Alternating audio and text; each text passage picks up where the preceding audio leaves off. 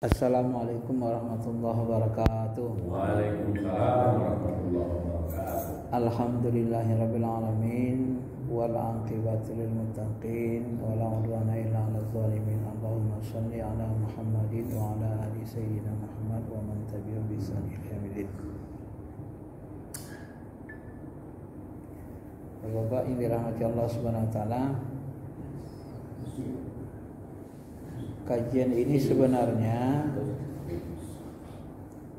inisiatif saya ingin dilaksanakan karena sebahagian teman-teman kita kan sudah baiat dan sebahagian lagi mau berbaiat.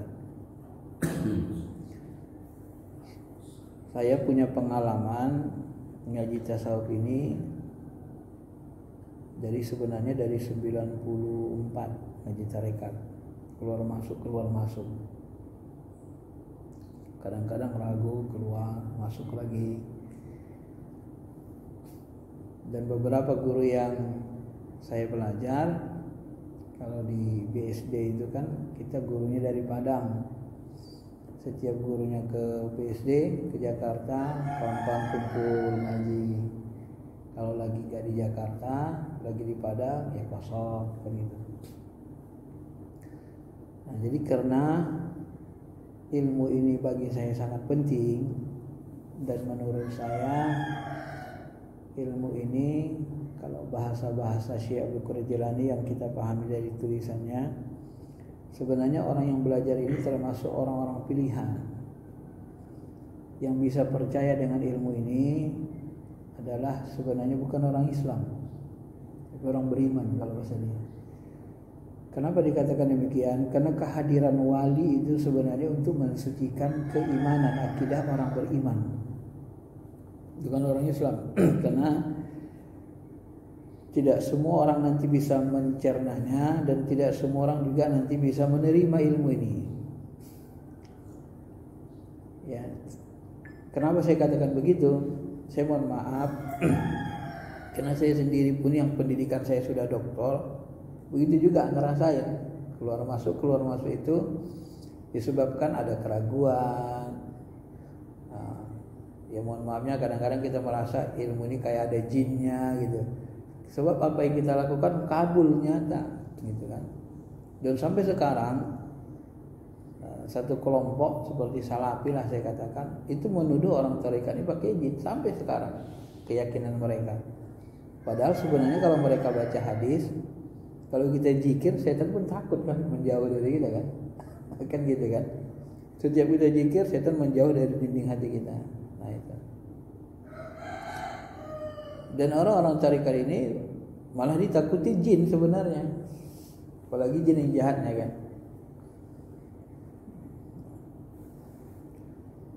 Bapak-bapak yang dirahmati Allah Subhanahu wa taala. Nah, ilmu tasawuf ini sebenarnya ya disepakati, ada 3 dialog antara Ustaz Somad, Ustaz Ar-Raji, sama Idrus Ramli, Ustaz besar Aswaja lah.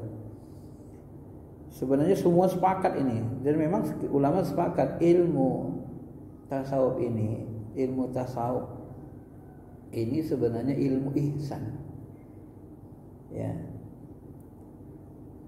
Kan ketika Jibril datang mengajari Nabi dan sahabat layan, itu kan ditanya 3, mahwal Islam, apa itu Islam?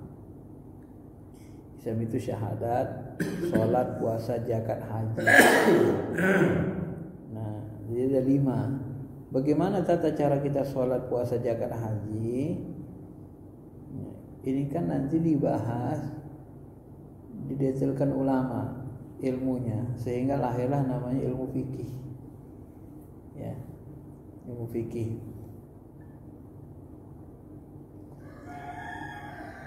Nah, kemudian Jibril bertanya, mahwal iman, apa itu iman? Iman itu 6. Antu minallah wa rasulih wa malaikati wa kitabi wa rasulih wal yaumil akhir wa qadari khairihi wa syarrihi. Jadi disebut rukun iman itu ada 6. Nah, untuk mengetahui, membahas rukun iman yang 6 ini secara detail, rinci, Maka ulama kita mendetailkannya supaya mudah dipahami umat. Maka lahirlah namanya ilmu tauhid. Ilmu tauhid ini dalam perjalanan sejarahnya kadang masuk ke ilmu kalam. Maka berdebatlah ulama itu dalam akalnya. Ada yang terlalu menggunakan akal, wahyu, ada yang mengkombinasikannya. Terjadi perdebatan dalam sejarah. Maka muncul nanti ilmu kalam, lahir Mu'tazilah, Qadariyah. Nah, lahir lagi nanti aliran Murji'ahnya lagi, aliran Jabariyahnya lagi. Dan dalam sejarah perjalanannya ilmu kalam ini menjadi ilmu tauhid yang memperjuangkan, memadukan antara kekuatan akal dan wahyu. Riwayat adalah Imam Asy'ari dan Maturidi. Maka dikenallah kedua orang ini sebagai Ahlussunnah wal Jamaah. Ya. Kemudian yang ketiga, mahwal ihsan. Apa itu ihsan? Ihsan itu anta'budallah ka'annaka tara. Ihsan itu kau menyembah Allah seperti benar-benar melihatnya. Ka'anna, ya, seperti benar-benar melihatnya. Jadi ilmu ihsan ini bagaimana kita bisa menyembah atau beribadah kepada Allah, baik sholat, zikir, ya kita itu mandang Allah gitu. Jadi Allah itu betul-betul nyata. Nah, ini macam mana caranya ini supaya dapat ihsan ini? Nah, maka dimunculkanlah ilmunya, dibahas secara detail, lahirlah namanya ilmu tasawuf. Kenapa lahir ilmu tasawuf? Karena manusia bisa yakin sama Allah apabila dia memandang Allah pakai mata hati. Menurut hadis sahih, setiap kali kita buat dosa, maka binti hitam melekat di dalam hati kita, menempel. Makin banyak dosa, makin banyak menempel. Maka semakin banyak dosa kita, semakin tak percaya, lama-lama kita semakin gak percaya sama Allah. Kenapa? Hati ketutup. Udah banyak binti hitam. Khatam Allah, akhirnya ditutup Allah. Maka orang yang paling banyak durhaka, ya, banyak buat dosa besar, otomatis iman mereka itu mendekat-dekati kekufuran gitu. Gak percaya lagi sama Tuhan. Ujungnya nanti puncaknya gak percaya sama Allah. Kenapa? Karena hatinya ketutup.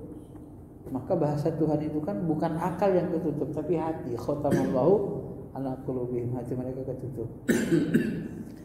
Nah, untuk supaya keimanan kita itu, ya, ihsan kita itu terbit, maka dibersihkanlah hati itu. Maka disebutlah nama ilmu ini ilmu tasawuf. Tasawuf itu akar kata yang paling pas itu adalah dari kata sopa, artinya bersih.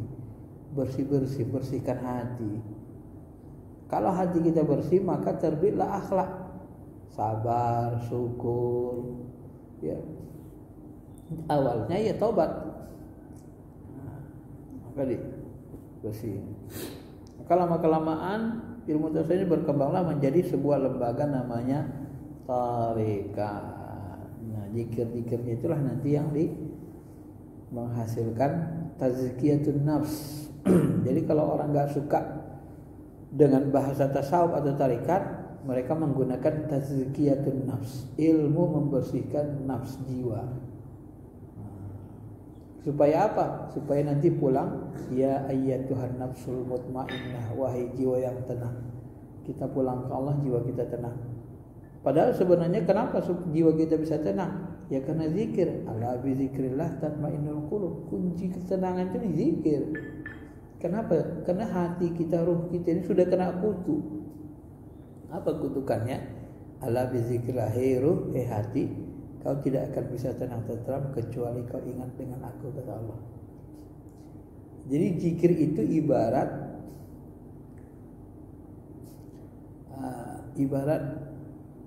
air, ya. Diri kita ini, ruh kita ini dengan zikir ibarat ikan yang butuh dengan air. Bagaimana ikan hidup tanpa air? Tidak bisa. Maka orang yang hidup hatinya selalu berzikir, ruhaninya hidup. Maka jelas sekali dalam hadis sahih kan dikatakan Nabi, masalul ladzina yadhkurullah wal ladzina yadhkur kamasali hayy wal mayyit. Perumpamaan orang yang berzikir dengan gak berzikir persis seperti perumpamaan orang hidup dan mati. Ya memang kalau gak kita berzikir rohani kita mati, gak ada energi, gak ada kekuatan dia. Maka untuk mentaati Allah susah, untuk meyakini Allah susah. Nah, apa beda ilmu tasawuf dengan ilmu fikih, ilmu syariat tadi? Ketika Imam Al-Ghazali ditanya seperti itu, Al-Ghazali mengatakan, kalau kita belajar fikih, kita belajar untuk mengetahui mana ibadah yang sah, mana yang batal. Ya, sah batal. Tapi kalau belajar tasawuf, kita belajar ibadah itu makbul atau mardud. Nanti tahu kita apa? Ibadah kita itu diterima atau ditolak. Kalau sudah dalam ilmu kita. Kalau sudah dalam ilmu kita, dalam ilmu rohani ini, tahu kita ibadah kita ditolak apa enggak, diterima apa enggak. Itu ada alat ukurnya. Tapi kalau kita enggak belajar, kita pasti mengatakan, mana tahu kita terima apa enggak. Pasti gitu ngomongnya, karena kita enggak belajar tasawuf. Ya. Saya kasih contoh hadis. Kata Nabi SAW, ya, sholat itu yang dinilai Allah, yang diberi ganjaran pahala, kata Nabi, adalah bahagian-bahagian khusyuk. Itu kan jelas kan? Nah, kalau Bapak baca nanti di Fadilah Amal itu kan ada itu tentang sholat khusyuk. Maka sholat itu ada yang dapat setengah, ada yang dapat pahala 1/4, ada 1/6, ada 1/8, ada 1/10, ada 1/12. Setiap orang mendapat pahala dari sholatnya bagian-bagian yang khusyuk. Kalau saya tanya, tahu nggak Bapak bahwa Bapak khusyuk sholatnya atau enggak? Tahu kita kan? Pikiran kita ngelayang, ya pasti tahu lah kita kan. Nggak mungkin kita nggak tahu. Tahu kita. Aduh, aku tadi sholatnya ngelayang ke sana kemari. Sekitar sekian persen nggak ingat Allah, kan gitu. Kalau kita rasakan khusyuk dari awal sampai akhir 2 rakaat masa enggak berpaling pikiran kita. Aduh, mantap tadi kerasa salatku. Itu diterima kan? Berarti banyak pahalanya. Tahu enggak kita diterima? Tahu. Ya, enggak ada ukurnya. Termasuk doa. Kalau kita khusyuk, nangis nih, yang diterima, doa kita diterima. Masalah dikabulkan enggak dikabulkan, pasti kabul, cuman masalah bentuk kabulnya itu beda-beda. Bisa langsung cash, bisa ditunda, bisa ditukar yang lain, kata Nabi. Bisa juga untuk menolak bala. Tapi pasti kabul. Maka Nabi kan buat kaidah. Seluruh doa dikabulkan Allah illa min qalbin ghafil, kecuali doa yang keluar dari hati yang lalai. Di dalam tasawuf, ya, semua dikabulkan.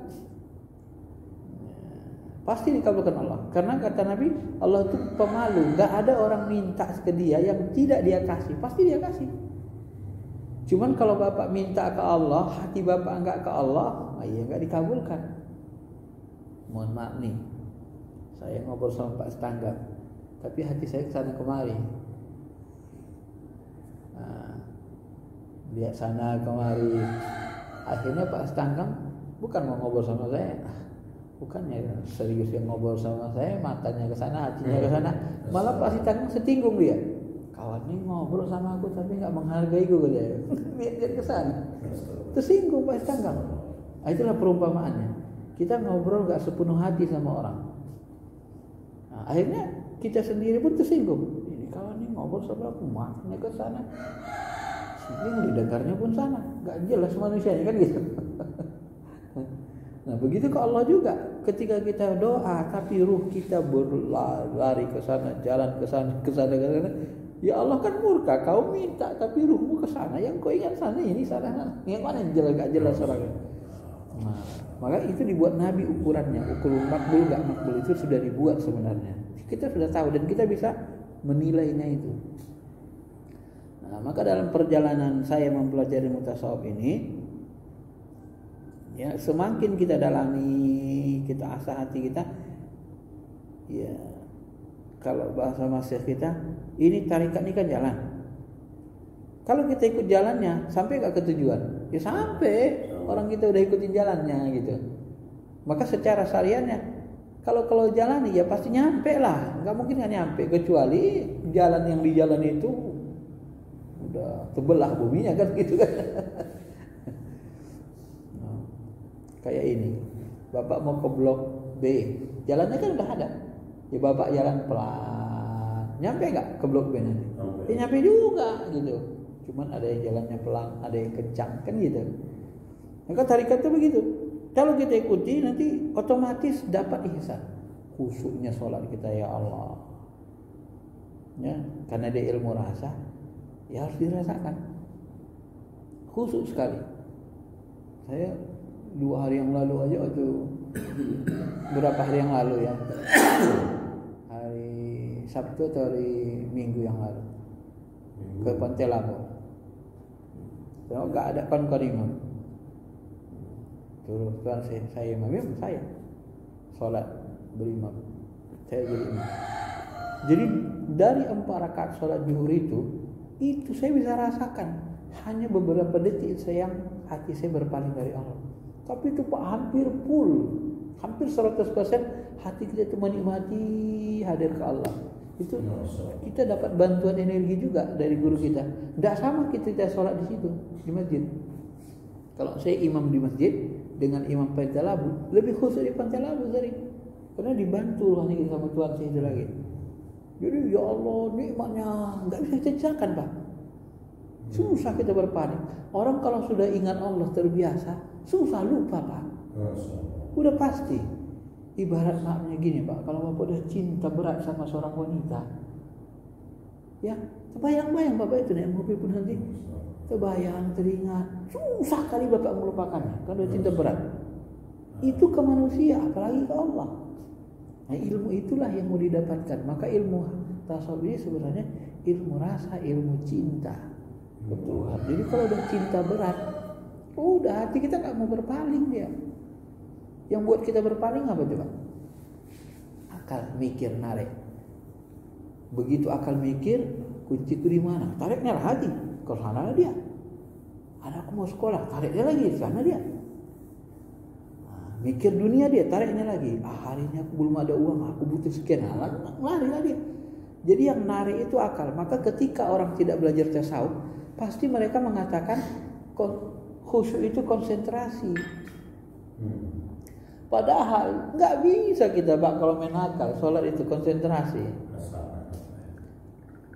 Khusyuk itu hudurul qalbi kalau bahasa Ghazali.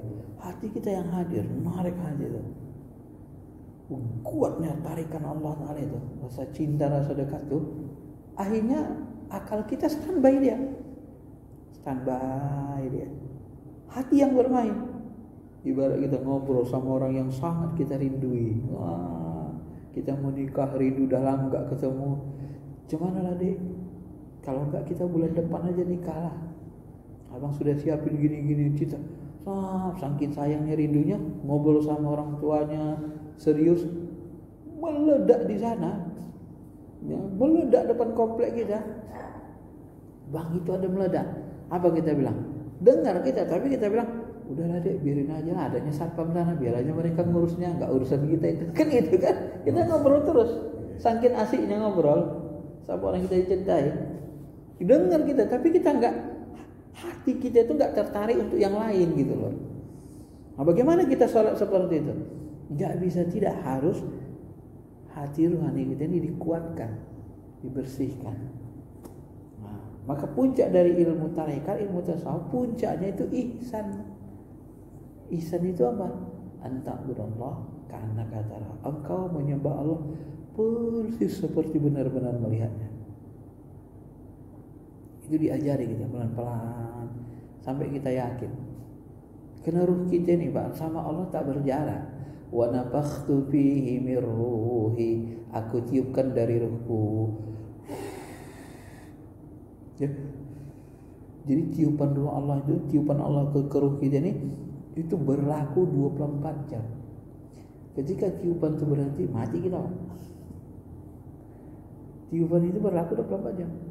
Aku tiupkan dari ruhku, maka ruh itu paling dekat dengan Allah. Maka ruh itu bekerja, yas'alunaka 'anir ruh. Mereka bertanya tentang roh. Qulir ruhu min amri rabbi. Katakan roh itu urusan Tuhanku.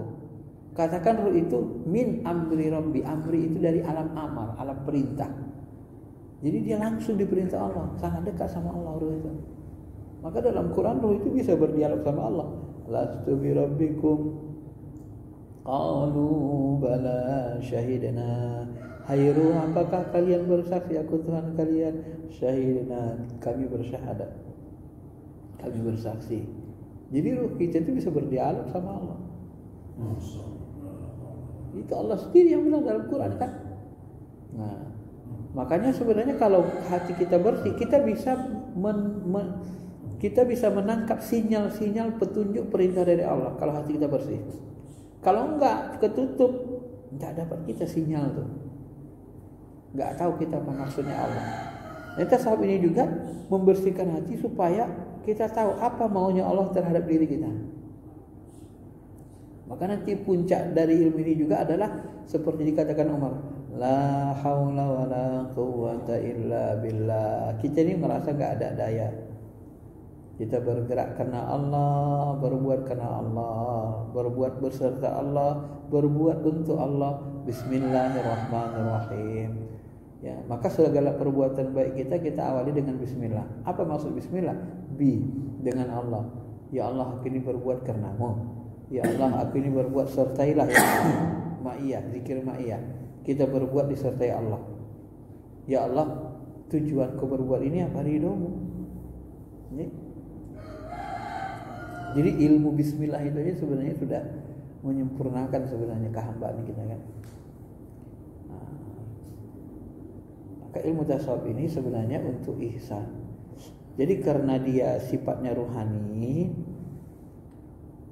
tidak jasmani, sifat ilmu ini ruhani. Karena Islam ini kan sebenarnya ada ilmu zahir, fikih, syariat, ilmu batin. Dulu ilmu ini kan nyatu. Syariat Islam itu ada syariat zahir, ada batin. Tapi sudah disiplin ilmu sudah semakin dalam, semakin luas, semakin banyak, dipisah dia disiplinnya. Itu hampir sama dengan kedokteran. Dulu yang ada dokter umum, dah ada dokter spesialis. Awal muncul ilmu kedokteran, semuanya dokter umum. Tapi karena berkembang pesat, spesialis mata, spesialis ginjal, THT, makin banyak spesialisnya. Karena syariat Islam ini kan menyeluruh dia kan, zahir batin. Tapi karena sudah berkembang pesat ilmunya, dan semua ilmu agama Islam ini berkembang pesatnya dimulai masa tabi'in dan tabi'in. Jadi kalau ada orang mengatakan tasawuf itu nggak ada masa Nabi, jangankan tasawuf, masa Nabi Quran aja nggak ada tertulis di mushaf, belum dibukukan kan? Kapan dia dibukukan? Masa sahabat Utsman. Tafsir nggak ada juga zaman sahabat. Mana ada kitab tafsir? Kitab tafsir paling tua yang kita tahu Tabari, tabiinnya dia kan. Jadi hadis masa Umar dilarang Umar, jangankan bukukan hadis itu ya, dilarangnya hadis dibukukan. Marah dia. Umar bin Khattab. Kalau kita ikutin pendapatnya, maka kadang-kadang Pak, sebagian umat kita ini kalau nggak luas pengetahuan agamanya, dia kira semua pendapat sahabat itu benar. Padahal kadang-kadang sahabat itu berpendapat untuk zamannya. Kalau kita ikuti sekarang nggak bisa. Contoh Abu Bakar, nggak mau dia ngumpulin Quran. Coba ikuti pendapatnya. Apa nggak celaka kita? Nggak mau dia, dipaksa Umar kan? Umar nggak mau dia kumpulin hadis. Jangan kalian kumpulin ya, bakar itu kan. Nggak mau dia dibukukan hadis itu. Kalau kita ikuti, nggak ada ilmu hadis. Karena hari waktu itu Quran belum terkumpul masa Umar itu, takut dia bercampur salah hafal. Tapi sesudah berkumpul semua, termasuk titik baris Quran itu Pak. Dulu kan di debat ulama, Ibnu Abbas kan nggak suka itu dibuat titik baris, takut merubah Quran. Apanya yang dirubah? Ternyata memudahkan kita kan. Coba nggak ada titik baris, bisa Bapak baca. Makin terus kita bacanya kan. Jadi itu berkembang itu kan. Jadi harus luas pemahaman kita terhadap Islam ini. Tapi nggak usah kita ikut orang-orang tasawuf itu nggak ada zaman Nabi sahabat, nggak. Mana ilmu zaman Nabi sahabat mana belum tersistematis. ilmu tafsir nggak ada, ilmu hadis nggak ada, hadis pun tak ada. Siapa membukukan hadis? Imam Zuhri. Tahun 150 Hijriah, 150 Hijriah, udah meninggal Nabi, dia tinggal sahabat, dan nggak ada. Tabiin kan? Fikih pun begitu juga. Nah, sama. Termasuk ilmu kalam, ilmu tauhid, Imam Asy'ari baru ada dia sistematis, baru ada bukunya. Begitu juga ilmu tasawuf. Maka ilmu tasawuf yang paling tua ya seperti Hilyatul Auliya, Khatmul Auliya, karangan siapa kan? Abu Nuaim itu ahli hadis juga kan gitu kan. Termasuk Kasyful Mahzub. Nah, ini buku-buku tuanya kan ada masa tabi'innya dan tabi'in. Jadi semua ilmu Islam itu mulai disistematis ulama di generasi salaf, tapi salaf yang sifatnya tabi'in dan tabi'in. Karena zaman sahabat itu kan mendirikan Islam masa perang gitu Pak.